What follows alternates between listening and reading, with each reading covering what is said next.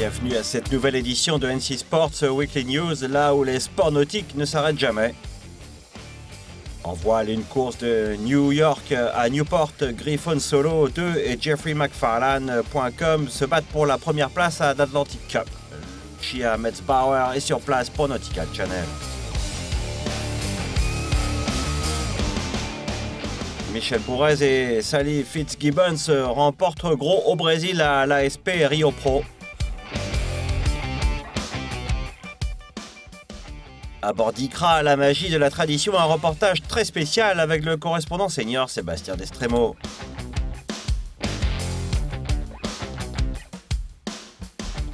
Les plus jeunes et les plus âgés sont face au test ultime pour les championnats du monde de kitesurf, jeunesse et maître en Sardaigne.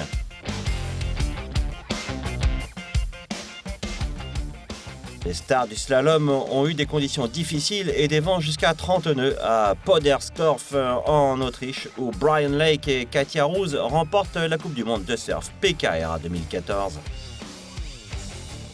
NC Sports, plongez dans l'action.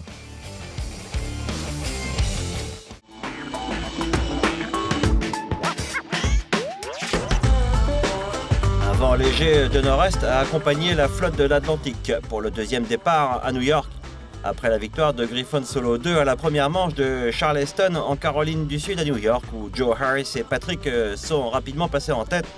Les enjeux sont devenus plus élevés pour le reste des équipes qui vont entamer une course de 230 000 marins de New York à Rhode Island. Nautical Channel était sur place avec le correspondant Lucia Metzbauer, étant l'un des partenaires de cette extraordinaire régate au large en double pour les classes 40 américains. Chers fans d'NC Sport, nous sommes à l'eau et dans quelques minutes, les bateaux vont larguer les amarres. Les équipages sont prêts et se concentrent sur leur prochaine course jusqu'à Newport. Voyons un peu le départ.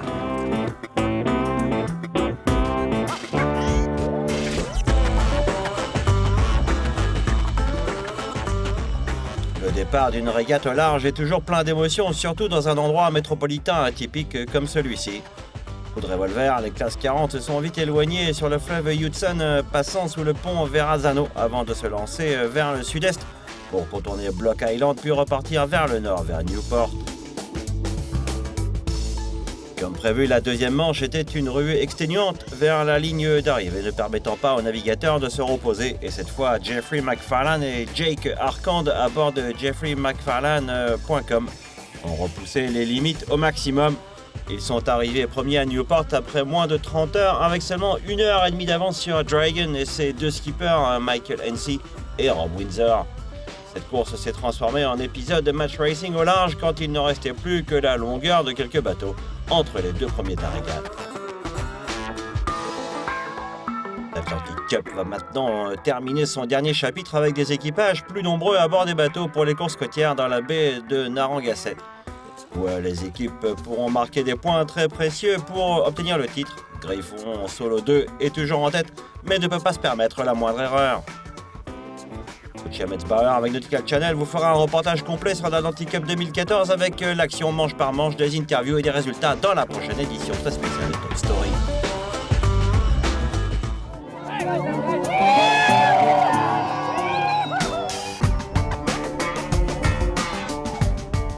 Et Sally Fitzgibbons a finalement brisé le sort et a remporté la victoire en Billabong Rio Pro devant la championne du monde de l'année précédente, Carissa Moore. L'Australienne a marqué des scores élevés pendant toute la série et a éliminé Coco Ho puis Tyler Wright respectivement en quart de finale et demi-finale. Pendant ce temps, l'américaine Moore a trouvé son propre chemin jusqu'en finale en gagnant contre Alyssa Quizon et Lake Peterson.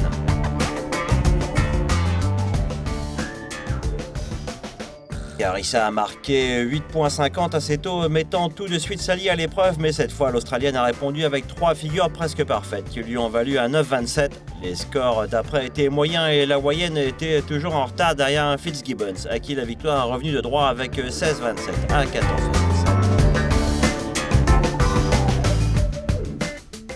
Mais avec cette seconde place, Moore est toujours la première des classements mondiaux devant Sally, Tyler Wright, Steph Gilmore et Lake Peterson.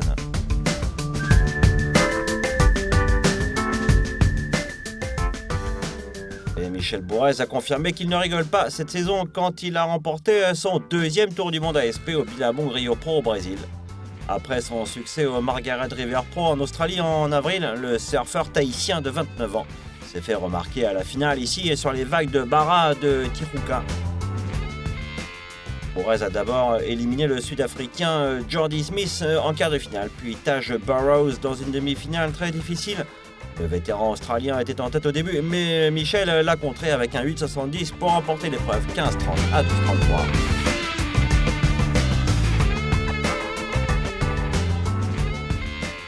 L'autre demi-finale entièrement américaine était encore plus serrée. Kelly Slater et Kolohe Andine se sont affrontés dans un clash générationnel.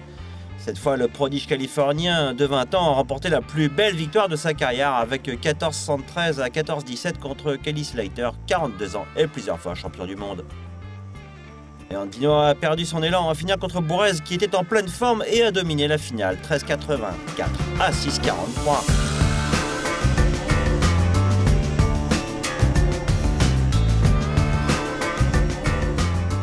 Kelly Slater a quand même fait la grâce de sa régularité au Rio Pro, tout d'abord avec un 10 au 5e round, puis est repassé premier au classement mondial. Plus de surf avec les moments forts des interviews du Rio Pro, bientôt sur NC Sports.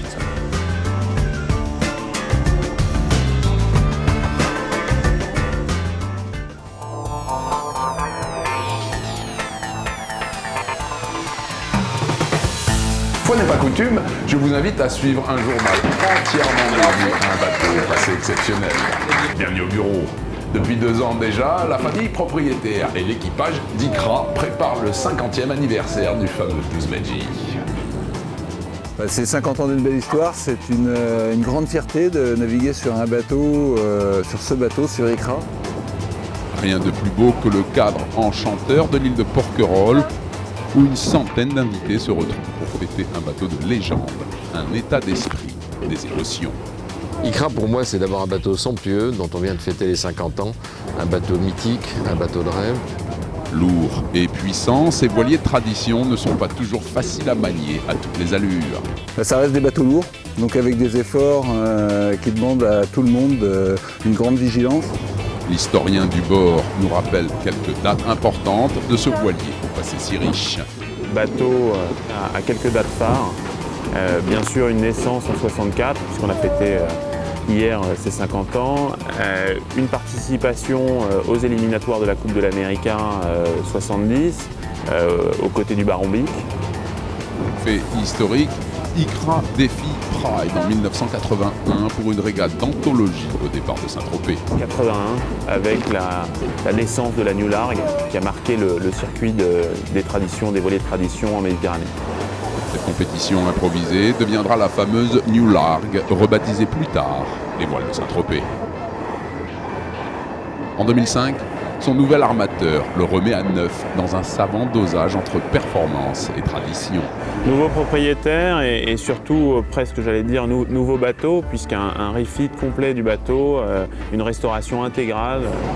Ikra gagne en 2010 et en 2013 les voiles de Saint-Tropez et y remporte le très convoité trophée Rolex. Ce que je souhaite à Ikra, c'est d'avoir 3 Rolex. Et donc on va se retrouver au mois de septembre aux voiles. Et je serai sur Ikra. À bord, on se sent en famille sur un bateau d'exception, certes performant, mais également délicat et exigeant. C'est aussi ce plaisir de ce sport d'équipe où si tout le monde n'est pas à 100% sur la marche du bateau, ça ne peut pas marcher. L'anniversaire d'Ikra restera une fête inoubliable pour les amoureux de tradition et d'émotion. Rendez-vous la semaine prochaine, même heure, même endroit. D'ici là, au revoir et bon vent.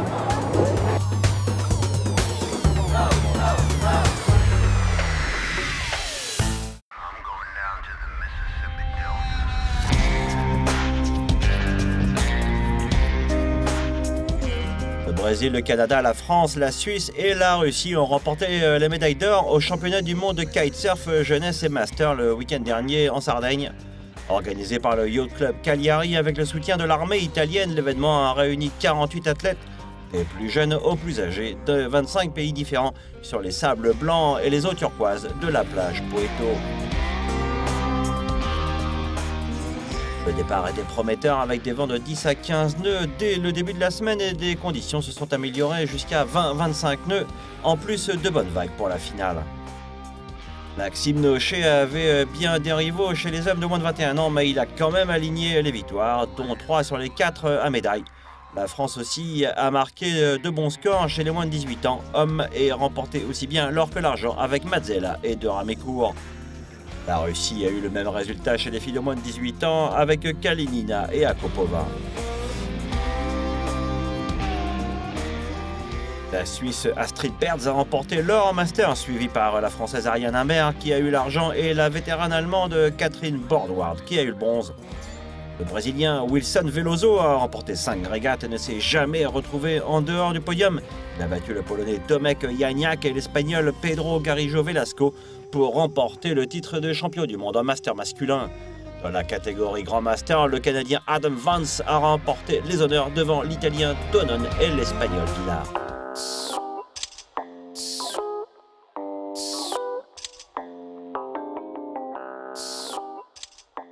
Des vents forts jusqu'à 39 nœuds soufflés sur le lac Neusild à Podersdorf pour le deuxième et dernier jour de la Coupe du Monde de Kitesurf Pikaera 2014. Les meilleurs slalomeurs professionnels se sont réunis en Autriche pour ce spectacle de cette course et ont dû s'occuper en faisant du freestyle jusqu'à la mi-journée en attendant que les conditions deviennent abordables.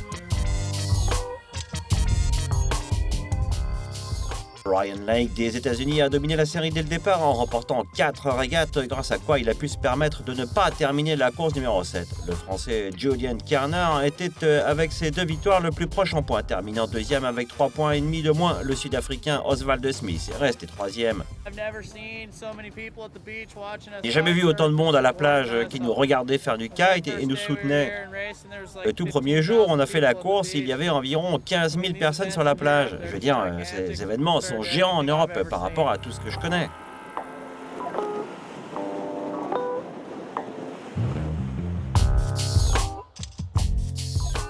Les scores étaient beaucoup plus sereins chez les femmes. Pays-Bas, Slovaquie et Allemagne se sont livrés bataille pour arriver première.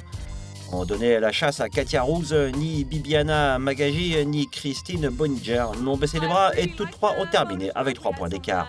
Ah, j'ai vraiment aimé Podersdorf. On a eu des bonnes journées plus calmes et maintenant des vents très forts. Là, on ne sait pas vraiment à quoi s'entendre sur le lac, mais ouais, on a des conditions super. Alors je suis contente.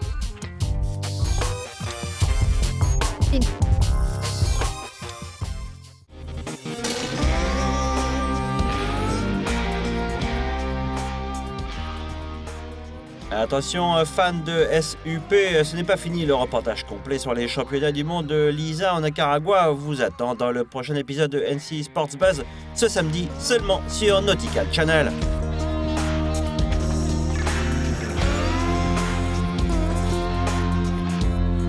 Plongez dans l'action avec NC Sports.